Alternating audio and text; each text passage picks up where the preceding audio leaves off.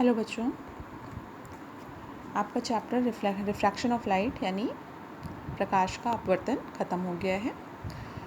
अब उस पर बेस्ड मैं कुछ न्यूमेरिकल आज आपको बता रही हूँ और कुछ क्वेश्चंस मैं आपको दे रही हूँ जो कि आपको करने हैं।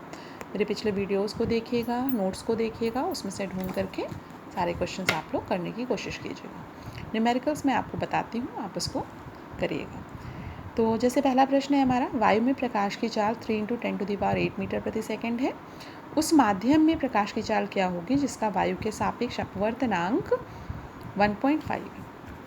तो देखिए आपको क्या दिया है, वायु में प्रकाश की चाल को c से लिखते हैं। c = 3 × 10⁸ मीटर प्रति सेकंड। माध्यम में प्रकाश की चाल आपको निकालनी है और अपवर्तनांक दिया गया है 1.5। आपका सूत्र क्या होता है, अपवर्तनांक जो होता है वायु में प्रकाश की चाल बटे माध्यम में प्रकाश की चाल, यही होता है सूत्र। तो आप यहाँ से v अगर निकालना चाहेंगे तो v को इधर कर दें, c को इधर कर दें, तो v बराबर क्या हो जाएगा, c/n, ये सूत्र बनेगा। तो हमें v निकालना है तो v बराबर c का मान कितना है, 3 × 10⁸ अपॉन n का मान क्या है, 1.5। यहाँ दशमलव हटाएंगे, 1 10 बढ़ा देंगे ऊपर। अब देखिए 3 × 3, 3 × 5 = 15, 5 दूनी 10, कितना आ गया आपके पास, 2 × 1 = 2, तो 2 × 10⁸, यानी माध्यम में प्रकाश की चाल कितनी हो गई, 2 × 10⁸ मीटर प्रति सेकंड। ये हमारा आंसर। अब हम लोग दूसरा प्रश्न करेंगे। वायु तथा कांच में प्रकाश की चालें दी गई हैं। वायु में प्रकाश की चाल यानी c बराबर कितना है, 3 × 10⁸ मीटर प्रति सेकंड, और कांच में प्रकाश की चाल जो है Vg बराबर कितनी है आपकी, 2 × 10⁸ मीटर प्रति सेकंड। वायु के सापेक्ष कांच का अपवर्तनांक Ang निकालना है। तो Ang बराबर क्या होगा, वायु में प्रकाश की चाल बटे कांच में प्रकाश की चाल, यही सूत्र होता है।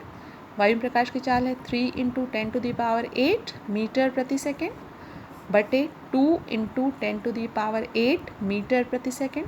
देखिए मीटर प्रति सेकंड कट गया, 10⁸ कट गया।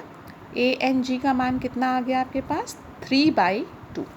अब 3/2 को आप 1.2 से भाग दे सकते हो 3 को, तो 1.5 आ जाएगा। 3 को 2 से भाग देंगे तो कितना आएगा, 2 × 1 = 2, 1 बचा, दशमलव लगाया, 0 बढ़ाया, 5 × 10, पूरा कट गया, तो 1.5। अब देखिए इसका मात्रक कुछ नहीं होगा अपवर्तनांक का, क्यों, क्योंकि ऊपर नीचे मीटर प्रति सेकंड जो है वो कट चुका है। अब हम लोग अपने नेक्स्ट क्वेश्चन पे चलेंगे। नेक्स्ट क्वेश्चन है, कांच का वायु के सापेक्ष अपवर्तनांक 1.5 है। क्या दिया हुआ है, वायु के सापेक्ष कांच का अपवर्तनांक Ang 1.5। कांच के सापेक्ष वायु का अपवर्तनांक निकालिए, Gna निकालना है। हमने आपको सूत्र बताया था, Gna बराबर 1/Ang, तो हम रख देंगे 1/1.5।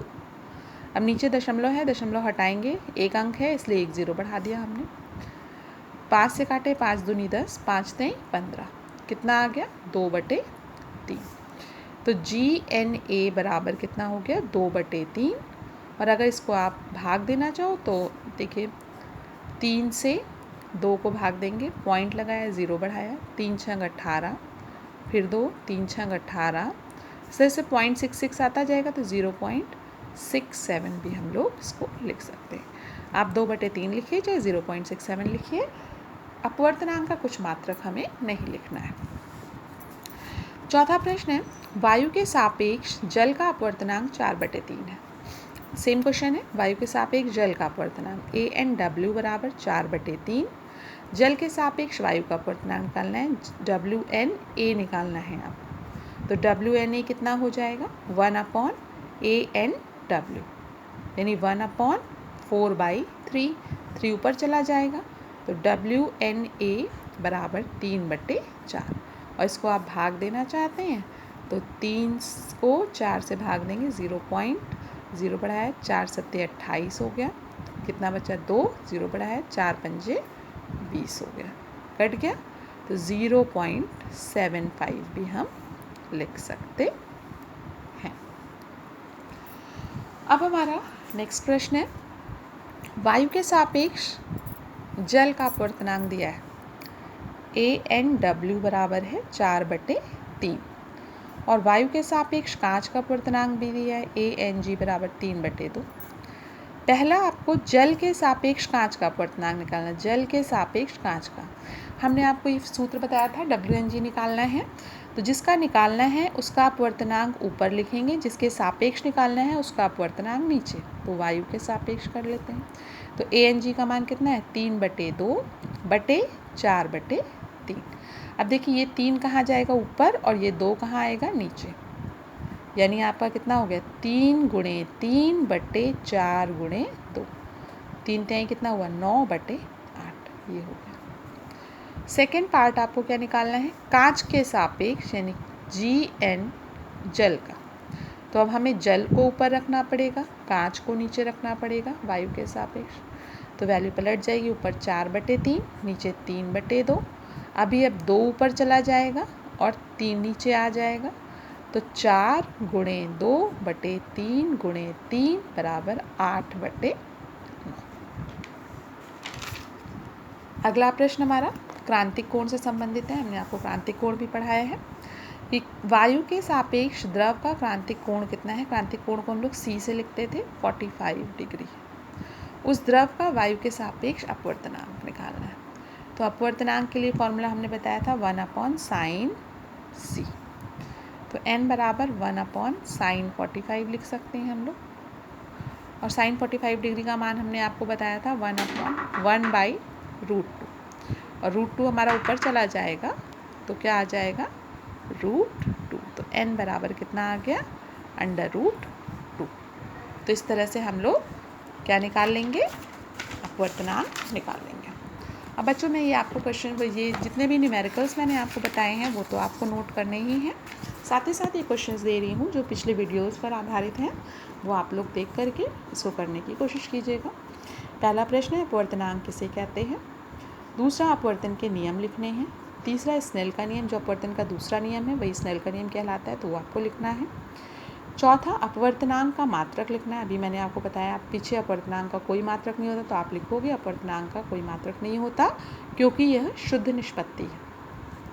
पांचवा परम अपवर्तनांक किसे कहते हैं, मैंने आपको पढ़ाया है, बताया है, आप लिखिएगा। वायु के सापेक्ष जल तथा कांच का अपवर्तनांक लिखना है। मैंने आपको पीछे न्यूमेरिकल्स में भी बताया वायु के सापेक्ष जल का अपवर्तनांक कितना है 4/3 और वायु के सापेक्ष कांच का अपवर्तनांक कितना है 3/2 आपको लिखना है। अपवर्तन का मुख्य कारण क्या होता है, ये मैंने आपको बताया था कि अपवर्तन का मुख्य कारण क्या है कि जो भिन्न भिन्न माध्यमों में प्रकाश की चाल का भिन्न भिन्न होना जो है वो अपवर्तन का मुख्य कारण है। फिर है क्रांतिक कोण किसे कहते हैं, परिभाषा मैंने आपको बताई वो आपको लिखनी है। पूर्ण आंतरिक परावर्तन किसे कहते हैं वो आपको लिखना है। और इसकी दो मुख्य शर्तें जो हमने बताई थी, पहला कि प्रकाश किरण सघन माध्यम में आपतित होनी चाहिए और दूसरा आपतन कोण का मान क्रांतिक कोण से बड़ा होना चाहिए। 10वां क्वेश्चन है वायु जल तथा कांच में से सबसे सघन और सबसे विरल माध्यम कौन सा है। तीनों में से सबसे सघन कौन सा है, कांच है, और सबसे विरल कौन सा है, वायु है। और इनको जो सघन होता है उसका अपवर्तनांक भी ज़्यादा होता है, जो विरल होता है उसका अपवर्तनांक कम होता है। तो उन्हें अपवर्तनांक के बढ़ते क्रम में लिखना है। तो वायु सबसे पहले, फिर जल, फिर कांच आएगा। और अगर हम कहें कि उनकी चाल के क्रम में लिखना है, बढ़ती हुई चाल के क्रम में लिखना है, तो उल्टा हो जाएगा, क्योंकि वायु में प्रकाश की चाल सबसे ज़्यादा होती है, जल में उससे कम और कांच में सबसे कम। तो सबसे पहले कांच आएगा, फिर जल आएगा, फिर वायु। तो सारे प्रश्नों का आंसर आप लोग कॉपी में लिखिएगा और हमें चेक कराइएगा। ओके बच्चों, thank you, have a nice day.